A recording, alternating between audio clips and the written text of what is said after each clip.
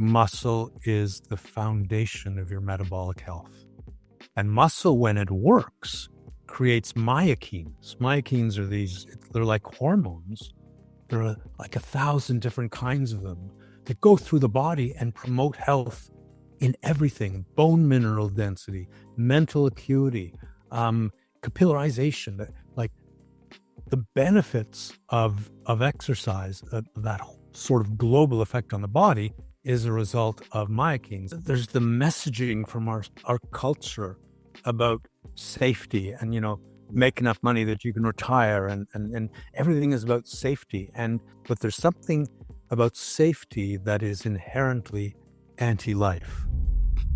Spiritual fitness. I'm your host, Eric Bigger, back again with another episode. And today we get to be present, embodiment.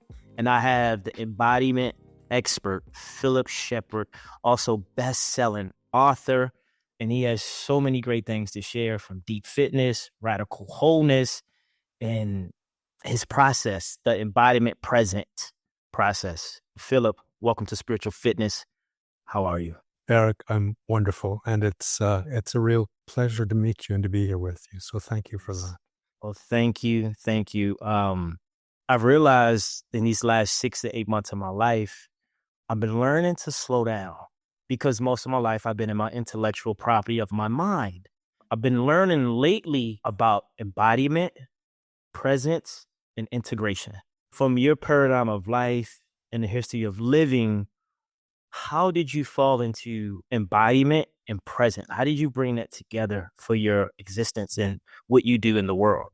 It started a long time ago.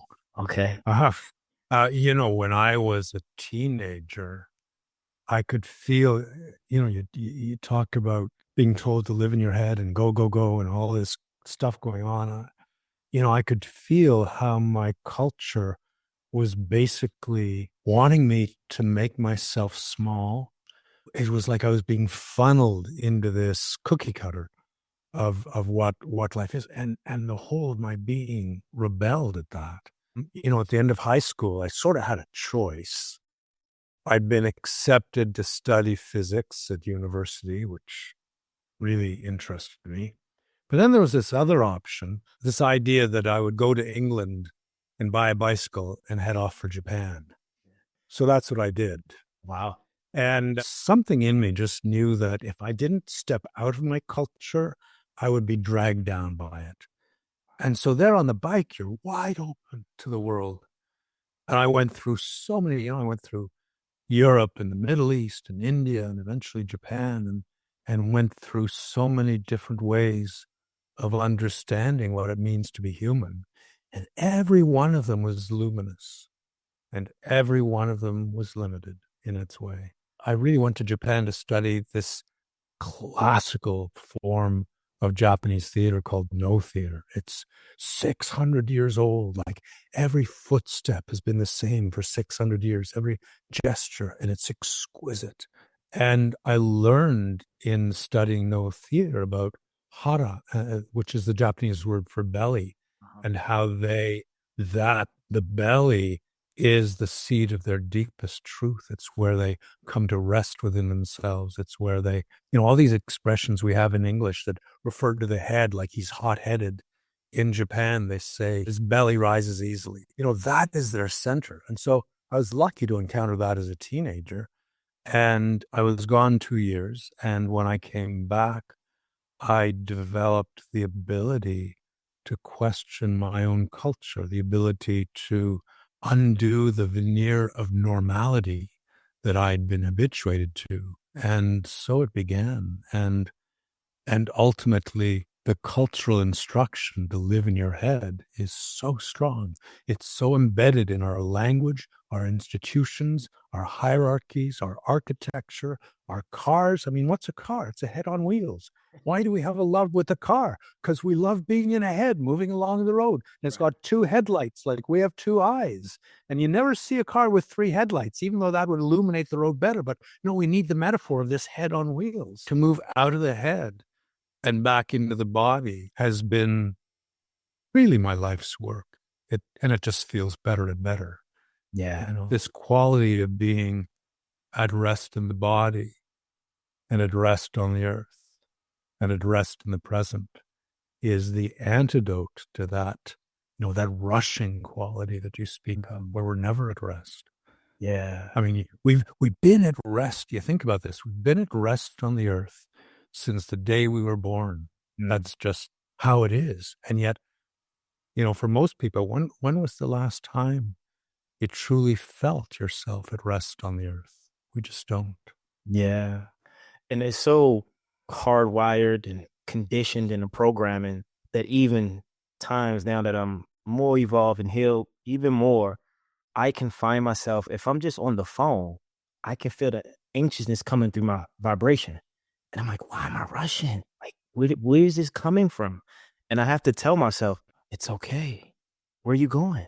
And, being in, Los Angeles, I realized this culture, you got to get the next thing. You got to get the next gig. You got to do this. You got to do that. Know the agent, know the manager, know this person. Go to this concert, go to this event. And you're never in your body. Like, you're never in your body. And most of my life, I've been really good at intellectualizing life, making it make sense. I can figure it out. I'm in survival mode. I got this, but never could feel. So when I was having the acknowledgments or the success, I couldn't feel it. And now to what you're speaking on, I can see when I slow down and take a bird eye view, like, oh, look at nature. Look at the cars driving. Oh, look at the little girl walking with her mom. Look at the dog. I'm more present with the present of the moment. And I think, I'm curious to know at what age or what part of life you knew for sure this was the true medicine of being human, was to be present and to embody life through our vessels and not our minds. I knew it in my core as a teenager. Yeah. The impulse that moved me to, as an 18-year-old, to go to England and buy a bike and buy Mama Manning off for Japan. We'll catch you later. That impulse was deep, deep in my body. It was like in the pelvic bowl, on the pelvic floor, such a clear necessity that I felt there. It has carried me through my life. Yeah. I like to say, things of that is like body intelligence. You just know. You don't even have to believe. I know. And when I believe, when you know, you be and then you do. Yeah. So there's this tension Mhm. within each of us. And it can be characterized as a tension between the left hemisphere and the right hemisphere. And I don't know if you know the work of Ian McGilchrist, but he is Yeah. brilliant. And he talks about the left hemisphere as this linear mode of thinking that builds models of the world and really doesn't even see wholeness. All it sees is parts. And then there's the right hemisphere that feels wholeness and attunes to it and grounds us in reality. And another way to characterize that is we are taught to know everything like in an objective way. I can look around the space I'm in and I can tell you what everything is. And then, well, if I know what everything is, why would I need to feel any of it? But there's that, there's that quality you talk about, seeing the little girl. Yeah. So what we've been trained into is to abide in known relationships, knowing what everything is, which keeps the brain kind of grasping. Yeah. And to come back to the body is to move into a realm of felt relationship where you feel your relationship with the tree, with the sky, with the breeze, with this other person, where you feel your words as you're speaking them. Another way of understanding the divide is we have been systematically taught to separate our thinking from our being. So you think about how we're, I mean, they take these young kids, like these 5-year-olds, and put them into this school system that says, sit still in your chair all day long. If you don't sit still, you're going to be in trouble. And so we put the body to sleep and then fill your head with this agenda, these ideas, this knowledge, these strategies, and we will reward you. So, 12 years of the system of reward and punishment, and we emerge from that system believing that we can think more clearly if we sort of shut down all that sensation below the neck and just consolidate our thinking in the head. And I remember when I believed that. But how could you think more clearly with a fragment of your intelligence than you can think with the whole of your being? To join your thinking in your being so that every thought is felt through the whole of your being and every sensation in your being is recognized as a form of thought. And then what happens, because your thinking is holistic, you lose that running commentary, that inner dialogue. I mean, inner dialogue is only possible when we are in division. The basis of it is, here's this wound within us where we've separated our thinking from our being, and we long for wholeness. Anytime we're wounded, we want to heal it. So our attention is brought back to this wound, trying to reconcile through this inner dialogue, this rupture in our being. And once that heals, then the mind goes quiet and you find the world more interesting than you find your own ideas about it. At least that's my experience. That's a beautiful TED talk. That was a lot. I don't know if you ever did a process or case study on the knowing paradigm versus the felt paradigm, or the knowing relationship and the felt relationship, because we live in this new world of AI information, but no one talks about feeling. He or she who feels it knows it. We have the known. I know this is my partner. I know this is my job. I know this is my title of what I do. But what does it feel like in your body? And I used to think having the knowledge was everything, but I couldn't ground the knowledge into my being because I was always up here flying around. It's like, I want to get in my body. And I would ask myself, why don't I want to get him? Why don't I feel safe in my body? And then I went back to at birth. I was like, oh, premature. I came a month early. What was my mom dealing with? Oh, I had a twin that didn't make it. Oh, so I didn't feel safe in the womb of that ocean. And then I look at my life, Philip. I've always jumped when I wasn't ready because I didn't feel safe. Yeah. So then I'm thinking, my sister that I lost at birth was my twin. Maybe I never grieved her and I never wanted to feel that grief or that sadness. So I just went on life and I'm just going and going and going. Figure this out, go, accomplish, read the book. I was just on this journey just to come back home to myself. There's the messaging from our culture about safety and, make enough money that you can retire and everything is about safety. And I mean, yeah, look both ways before you cross the street, but there's something about safety that is inherently anti-life. Life is not safe. You're going to be wounded. You're going to get sick. You're going to feel grief and loss. You're going to die. If you're alive, you're not safe.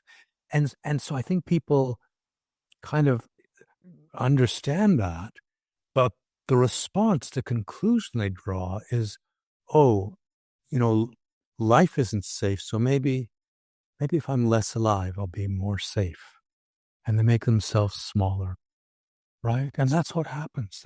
They reduce, they hem themselves in to safety. And, the alternative to safety is security. And the security of your being is something no one can take from you.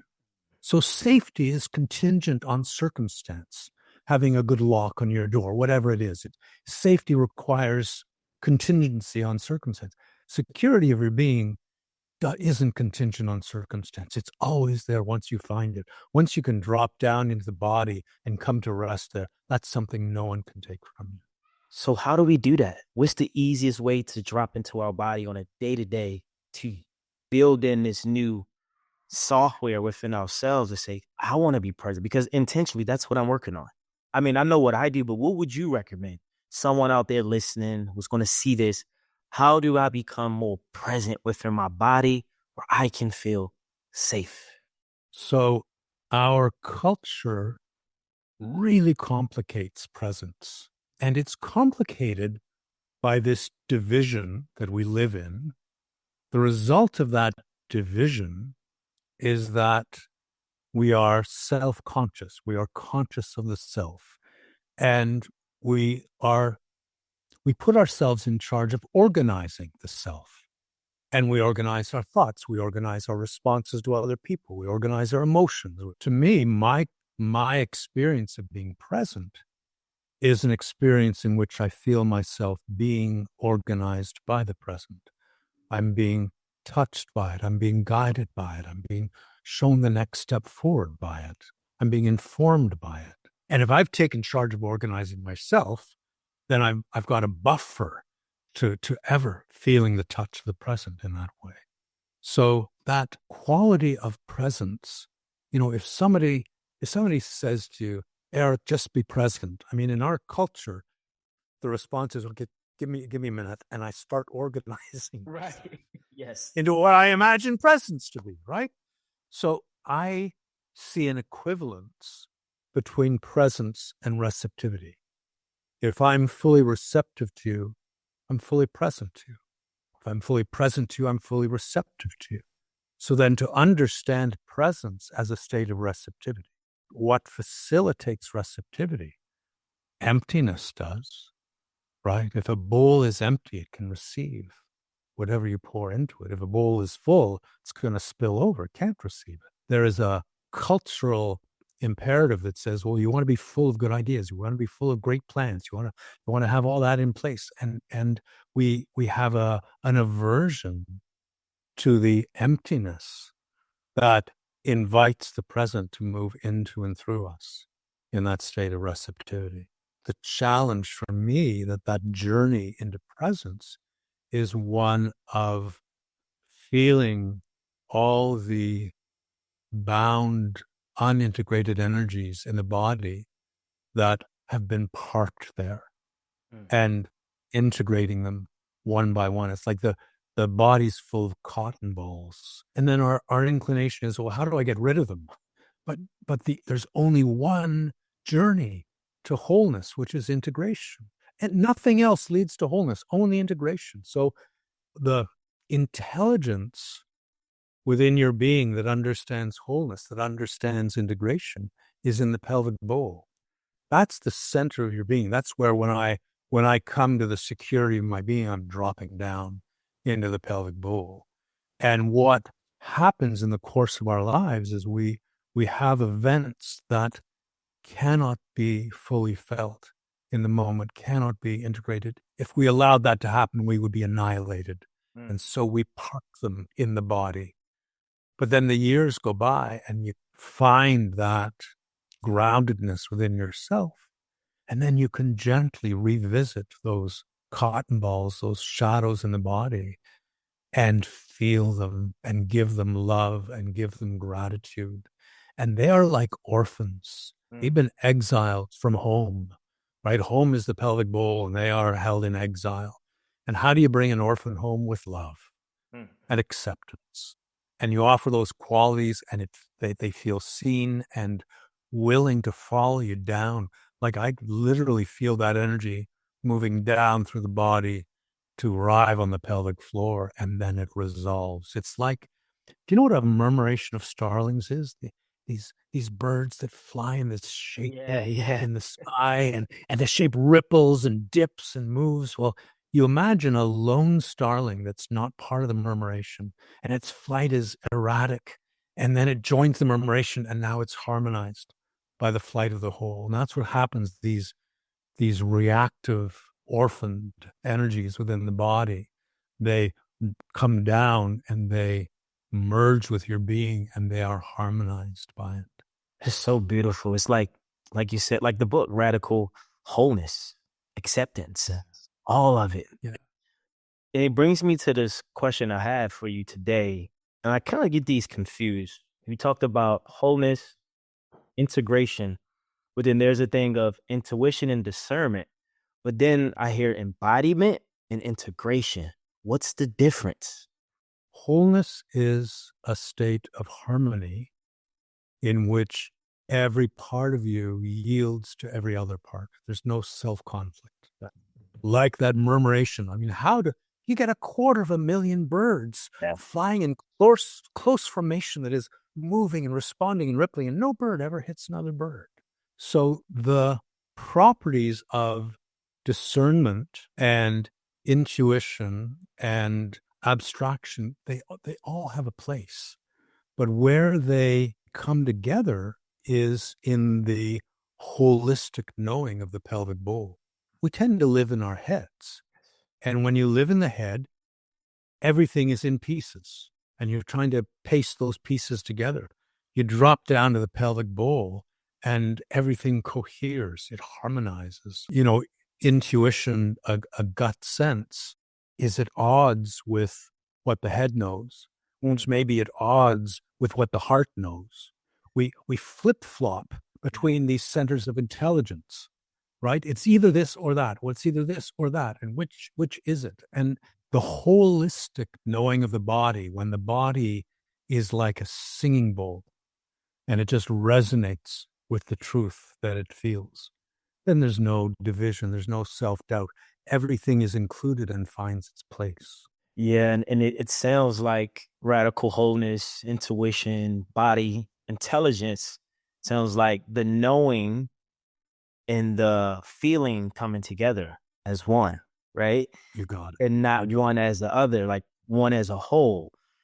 And I'm listening, I'm like, wow. And we're all one, we're all connected. But there's part of us that are disconnected because I believe the perception of things and not the reality of it. Like, what it mean to actually feel the feeling to create an emotion, or we're programmed to feel to react. So I'm just really thankful for your work because I think I've been embodying things really well, but I didn't know how I was doing it. Yeah. I'm like, oh, I'm gonna read this. I'm gonna go to this retreat.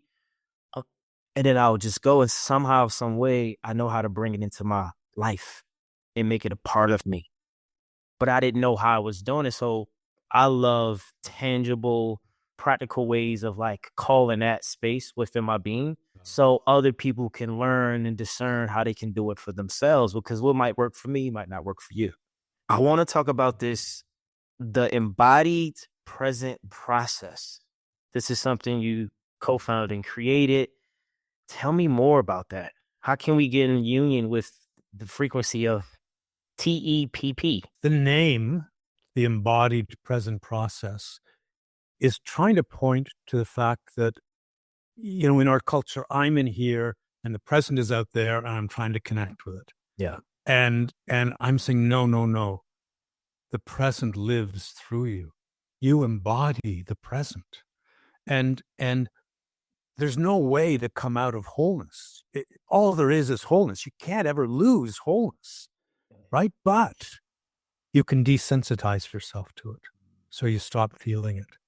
And that's what's happened with these orphans, these micro tensions of habit that we carry around in the body. We desensitize ourselves to our participation in everything that is. And with that desensitivity, we lose the ability to respond. And the ability to respond is what gives us responsibility. And so when you are available to the present, you respond to it. You're able to respond to it. The responsibility, isn't a value that you're trying to live to. It is something you feel with the whole of your being.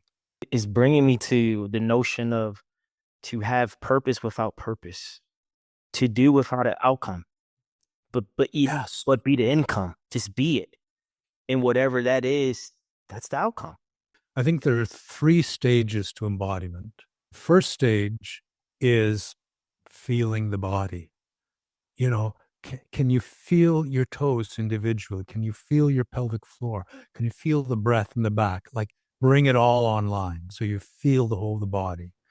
And the next stage is that process of feeling where the body's spaciousness is taken up and clearing the body. And it's like opening it, resensitizing it. And in that process of resensitization, you are grounding yourself, because as you integrate your grounding and sensitivity becomes incoherent without grounding. It's the groundedness that makes the sensitivity coherent, right? So I don't think there's any such thing as somebody who's too sensitive. I think rather what it is they haven't learned to ground themselves. And then the third step of embodiment, we talk about embodiment as listening to the body, and that's a stage. It's not embodiment. Embodiment is listening to the world through the body. It's attuning to the world through the body. The body is a resonator that feels everything that is passing through the present. And then you're moving from a state in which your primary relationship is between the divided parts of yourself, which is what our culture puts us into. Right? That in all our life, that's our primary relationship, not negotiating the relationship between these divided parts. And then instead you dilate into the world. You're no longer watching the self. You are attuning to the world, and there is your guidance, right? There is the hand that helps you forward. So what I've been working around to is that I think every one of us is born with a unique cluster of gifts. The gifts you have, Eric, no one in the world has ever had those gifts in that configuration. It's just you. And the world is whispering to you to put those gifts into service and to hear those gifts. So that summons into the world. It's not something I hold on to or self-create. It is what happens. Becoming present isn't a matter of becoming passive. I become present in order to be activated. And it's that relationship with the present that activates me. As I become present with the present, activation takes place. And the only way to be present, or at least I think, correct me if I'm wrong, is to be still or to slow down. I would say to be at rest. Okay, I like that. Because if you So I can be running, I can be sprinting and be at rest. ooh, because that brings me to the idea when I used to meditate, my mind would not stop ruminating. I'm still in my mind is not rest. My body's at rest, but my mind is not. So I'm not really in coherence of the present because I'm in the mind presence of what's going on up here and not what's happening down here. Honestly, this is how spiritual fitness came about. I was going through a dark night of the soul. I was having a lot of chaos in my life, and I had to bring it back into wholeness to discover when I was in those dark phases, what I had was spirituality in the gym. I know I could work out, move my energy, intentional movement, and I knew I could pray, feel better, and do better over time. So over time, I started this is like an oxymoron, but spiritual fitness. And then through that came the evolution life of it. Just happened. I wasn't looking for it. I wasn't trying to make it a thing. It became a thing because of the thing I was witnessing, feeling, experiencing through my body came through my life. Because those tools that I was utilizing saved me, helped me, took me to the next level. And I just put it in a container that was safe and sacred for others to take on it themselves so they can benefit as well. And so everything you're saying just brings me back to the darkest moments or those tough moments. What happened? Where did the shift come in? And I was present. And you have something that you created and, expanded your energy within called deep fitness. What is deep fitness? I love that.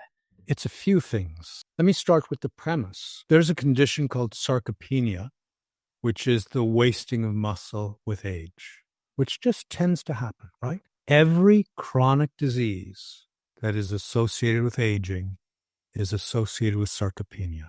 It turns out that muscle is the foundation of your metabolic health. And muscle, when it works, creates myokines. Myokines are they're like hormones. There are like 1,000 different kinds of them that go through the body and promote health in everything: bone mineral density, mental acuity, capillarization. Like the benefits of exercise, that sort of global effect on the body is a result of myokines. The stronger a muscle is, the harder it works, the more myokines are developed.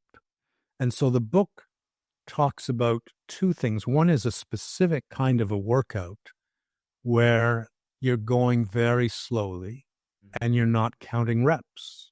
What you're doing is you're timing yourself. So if I'm doing a chest press, I'm just pushing it slowly up and slowly down. And because it's so slow, it is mindful. I am so present to what is happening. And I keep going until I can't move it anymore. I can't even hold it. So I've come to momentary failure. And when I'm on a machine, I set the weights so that I fail somewhere between 1.5 minutes and 2 minutes. And then I don't need to do a second set or a third set because the body's got the stimulation to get stronger. It's received the message, listen, the environment has presented challenges that you're not strong enough to meet. We better remodel the muscle to get stronger for next time. And so then, in half an hour, you can do a workout that covers all the major muscles of your body. And the injury rate is far lower because you're not subjecting the body to that kind of stress. It's just this slow, mindful process of being as fully present to it as you can. We call the workout mindful strength training to failure. And the other part of the workout is the way we treat the body is the way someone might sit on a donkey beating it to go harder. We sit in our heads and will the body to do more.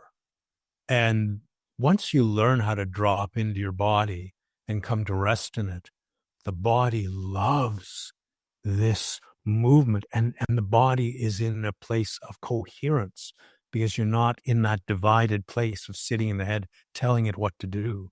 And so there is an aliveness, and it's just so gratifying. Yeah. To be out of self-conflict, to be meeting this resistance with the whole of your being in harmony. And it's so interesting because when you're saying that, something came and said, the body loves to feel you. And then I'm thinking, I get this vision, Philip, as you were talking, is your body is an antenna. And if you just drop into it and feel it, and that antenna and that space are answers for your life. You don't have to go outside of yourself. You don't have to go.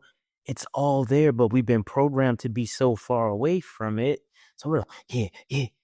But when you just the slow, the better. Fully present to it. And you can feel more. And as you feel more, your life expands because you're not trying to speed the feeling up or bypass it. Yes. Or shut it down. Yeah. Yeah. I went to Peru last summer for a plant medicine retreat, and I'm afraid of heights. So I had the facilitator like clear some energy from past life. And when we get to the mountaintop or wherever we were, we would have to set our intentions. Philip, I was so impatient. I was like, can we just go? Can we just get to the destination? And I'm like, why am I so triggered? Like, what is happening? And then when I got back from the trip, I sat with it and I said, oh, I don't want to wait because I don't want to feel. I didn't want to feel being at the top of a mountain. All I have is, Yeah. Oh, yeah. And I'm like, oh, that's feelings. Those are your feelings, brother. That's it. That's your life. Right. You have permission to feel. And as we go on the trail, it started pouring down. I'm talking about rainforest. And I'm like, how many more hours we got? Hey, you got about 2 hours. It didn't care about my feelings or me complaining. But in those moments, now that I look back, now I appreciate and understand why I should have been more present in those moments. Deep fitness, the way I like to feel it now, how deep can I get within myself to embody what my soul wants me to call into, to give to the world, not for my benefit, but for the collective. Then I can live in purpose and a divine, and we're all one, radical wholeness. And it's just beautiful. And I'm just so grateful for what you offer to the world, what you give the world. And when you hear spiritual fitness, what's the first thing comes to mind when you hear it? Light. Wow. Wow. You see, I just turned the light on too. You see that? So Philip, tell us, we're in a different part of life in the world and the economy. People are experiencing a lot of different things. What would you recommend people do to have a more feeling experience in life versus a living one, meaning in our minds, to feel safe again about what the future brings? Because I can account and recall when I'm in the future, I'm anxious. And when I'm in the past, I'm in fear. And I lived that many years, even having success, because I just didn't trust, right? The moment. What is something that you recommend or something for people to think about in these different times? Some of us are doing great, some of us are not. But what do you think we all can contribute within ourselves from your perspective? What's happened in our culture is we've been taken out of relationship and we end up feeling alone. And, if you feel alone, you're disembodied because the body feels the present. The body feels companionship in everything around it.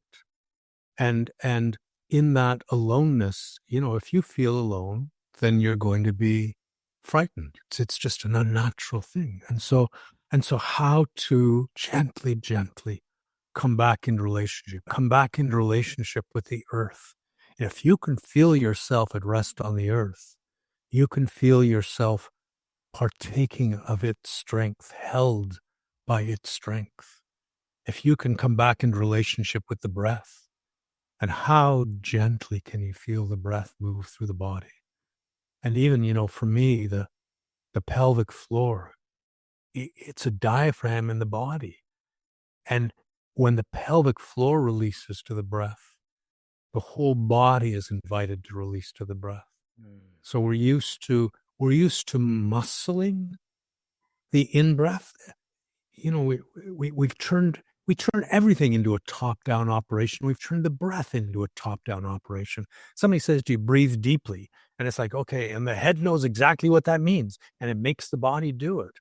And it takes muscle to do it. And the muscles get tired and the breath goes shallow again. But if the pelvic floor can gently release to the in-breath and gently release to the out-breath, there's this invitation to the whole body to release to the in-breath, to release to the out-breath.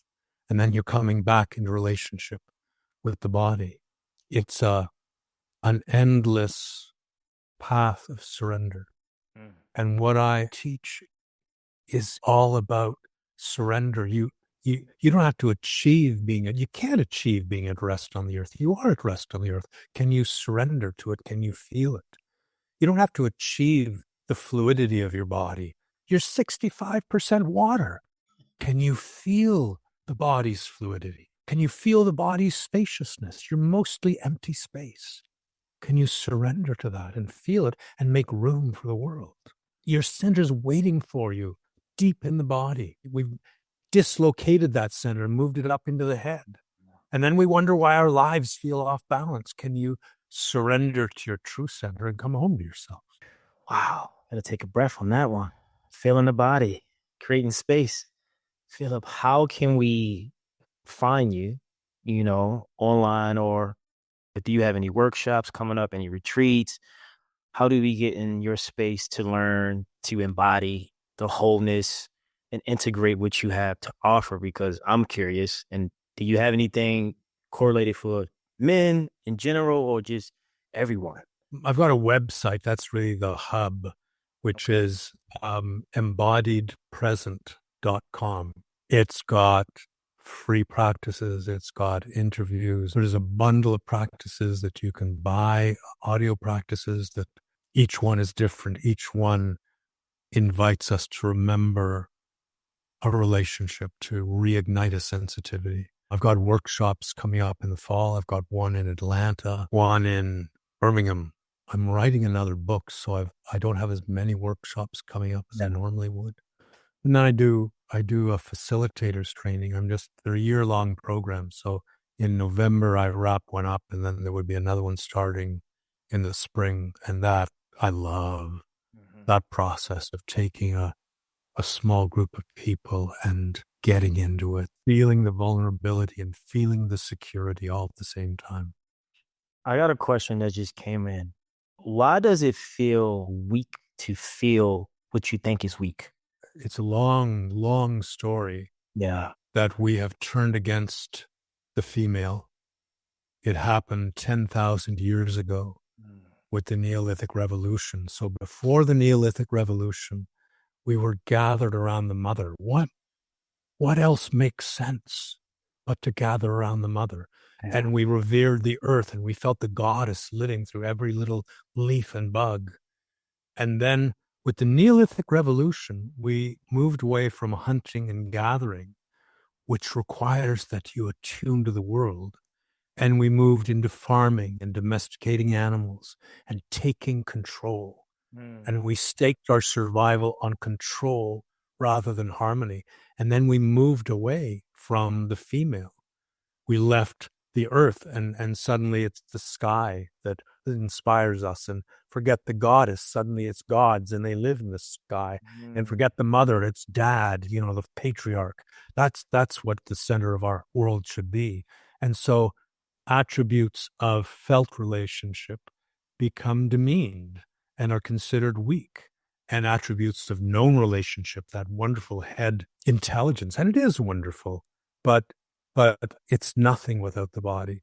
It's living in a fantasy without the body. And that departure from the female to the male is a journey we've taken in the body. So in the early Neolithic, we were centered in our bellies.